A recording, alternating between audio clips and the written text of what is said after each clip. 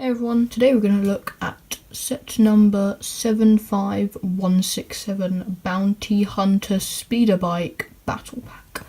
So this was released before the last Jedi sets. Do you know, it was released still in 2017. I got it again because I didn't have it built and I couldn't find any of the minifigures again. You know, so I just bought it again. It was pretty cheap. So the main focus is the figures. So that is exactly what we're going to start with. So the first figure we have here is Dengar. Now Dengar comes with his backpack and a normal stud shooter. Now there are a few things I don't like about Dengar. I'd rather he had a full, like an actual molded headband like he did in the original version. But they've just gone with printed. It still looks cool, but, you know, it's not as, can't just look at it and go, oh yeah, he's definitely wearing a mask. It's not as believable than it used to be, but, you know, I still like it. This looks like the hat that a medic wears in Battlefield 1. So if anyone wants to make a Battlefield 1 display, you know, pick up a few of these so you can make a couple of medics. The backpack's quite cool. It uses a tooth piece here in, I think that's gunmetal grey. I love gunmetal grey. So, you know, it's great to get more gunmetal grey. And then a couple studs on a, I've forgotten what the piece is called, but a couple brown 1x1 round plates on that.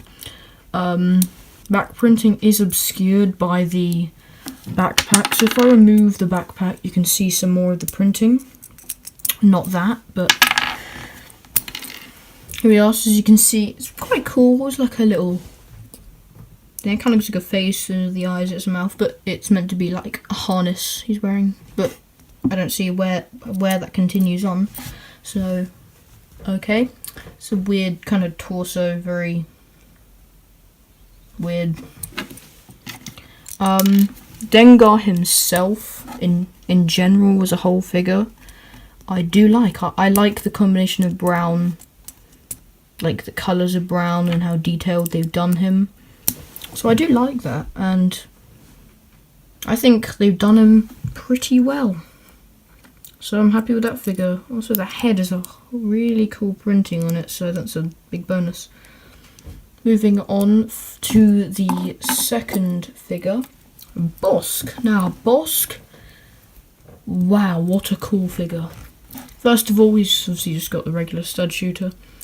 But look at the printing on the legs. That is very detailed. Obviously, you've got the claws on the feet. You've got, looks like emergency flares. Some wires, like a harness. And it carries on with the back as well.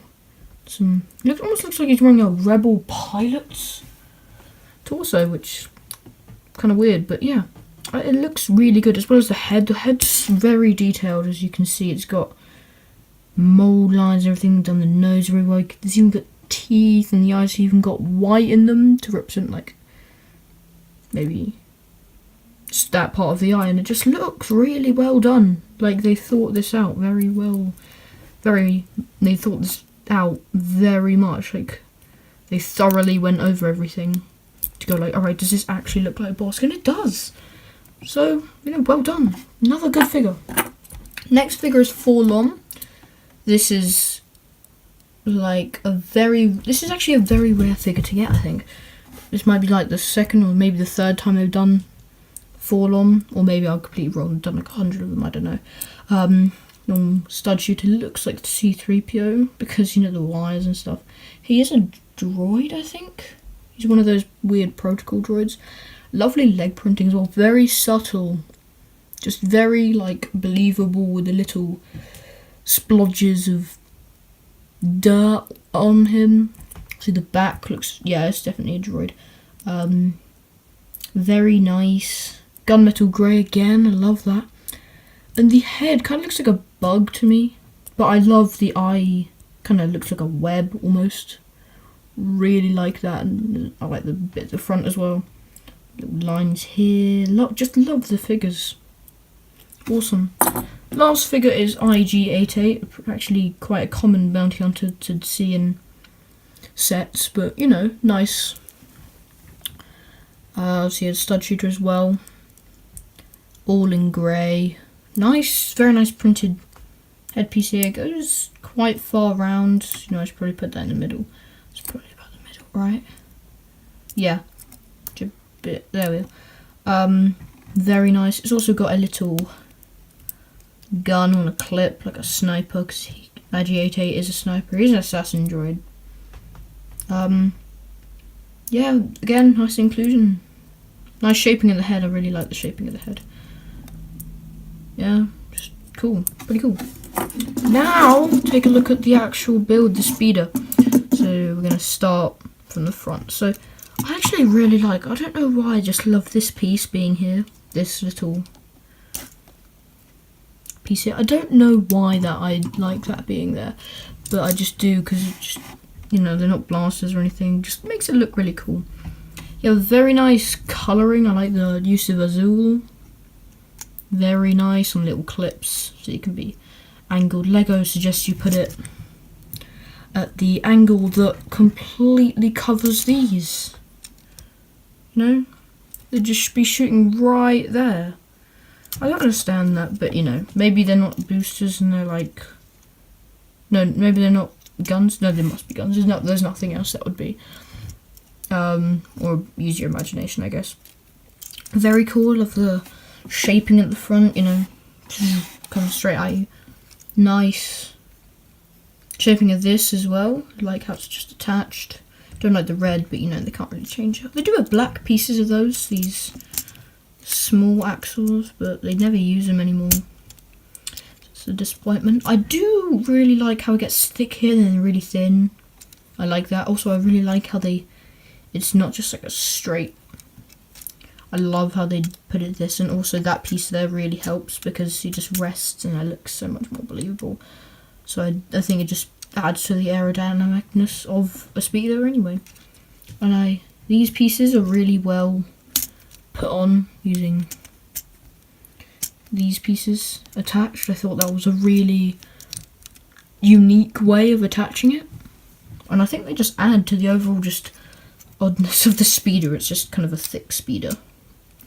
And that's the pilot. The actual controls is just a bar, and that's the windshield. A couple clear 1x1 slopes, or cheese slopes as people call them.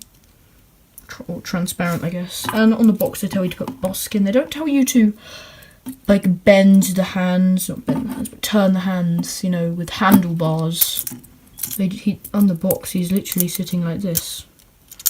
He's not even touching it. But nonetheless, if you had a big battle scene, I think they'd still fit in extremely well. Remember the first time I got this, I had some money and I got this as well as Darth Vader's transformation. I thought, because of the figures and everything, that, you know, as a good buy.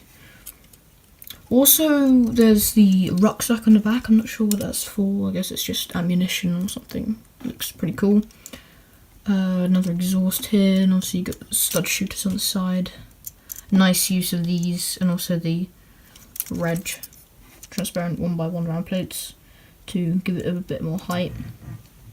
And these, I think these are extra blaster cannons, or just laser cannons.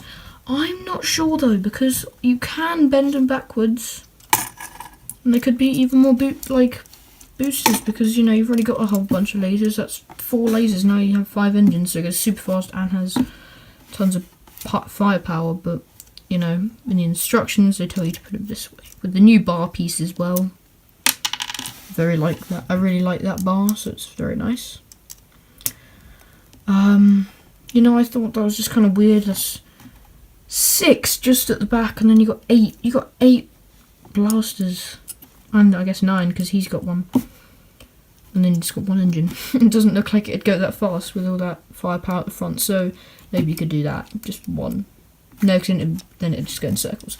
But yeah, I do think this speeder is actually a pretty big speeder, and it's a very sizable speeder. I think this is one of the battle packs that they did that obviously you're not going to buy multiple of. You might buy a couple of them you know, one for the figures and one just for another one of the speeders.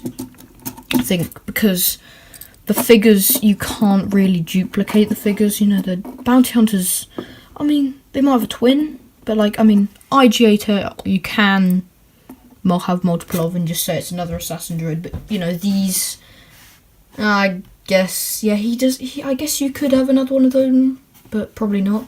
These 2.5, I guess he kind of counts. You can't have multiple of because they're so iconic that, you know, they're not going to have an army of Dengars and just an army of Bosks, or like a squad of them.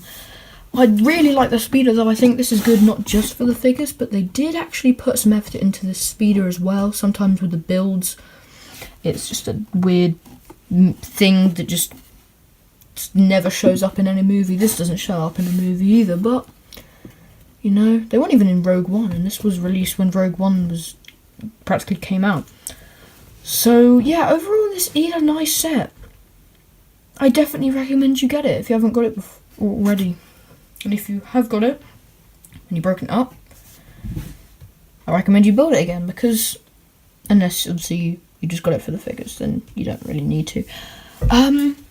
But yeah, if you had a large battle scene which had like a whole bunch of stormtroopers with other bounty hunters like Boba Fett and stuff, and also you had Darth Vader, like it was a massive, if you had a Death Star, like a size Death Star, or just like a room in the Death Star and had a massive fight, okay, maybe the speeder wouldn't work there. But if it was a like crate in The Last Jedi, the flat surface, or Scarif, you could just pretend these guys were in Scarif. I think the speeder's very nice. I do like it, and the figures are good as well. So hopefully you guys enjoyed this video, and if you do, then please give it a like. That would really help me out, and it'd, you know, give me some support, and you know, go think in my head to go, yeah, these people like this, I'll do more stuff like this. So yeah, hope you have a good day, and I'll see you in the next video. Bye.